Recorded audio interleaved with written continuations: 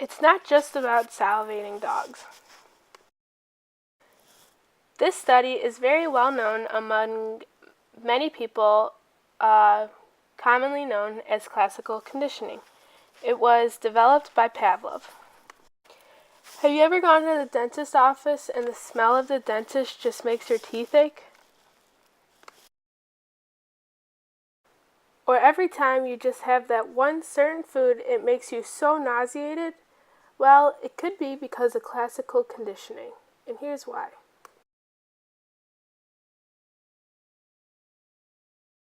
Back when Pavlov was developing this idea, psychology was not believed among many people. Most people thought it was kind of a fake science and relied on physiology. The most well-known example of classical conditioning is the salivating dog. Every time this dog heard footsteps, its mouth would start to salivate. And for a while, many people didn't know why. There are 4 main elements to being classically conditioned. The first is an unconditioned stimulus. This could be anything from the cold to the dark, food, anything. The next is the unconditioned response. This is a natural response that your body has to usually environmental changes. So when it gets dark, your pupils will dilate so that your eye can let in more light to see in the dark. When it's cold, your erector pili muscles contract and make your hair stand up to make you warm. And when you put food in your mouth, your salivary glands begin to produce more saliva so that your body can get more readily prepared for digestion. What Pavlov found is that you can force these natural reactions to happen by classically conditioning yourself. So if you pair an unconditioned stimulus with something else like a bell ringing, footsteps, or a sound, your body will begin to do the natural response without the unconditioned stimulus even happening, which makes there become a conditioned stimulus.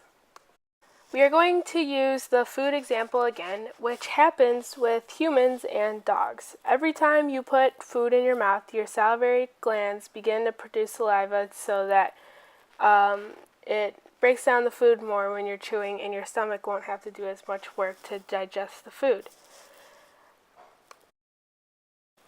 The original findings of the dog with the footsteps was kind of on accident and wasn't really in a controlled setup. So Pavlov decided to do this test again in a real experiment.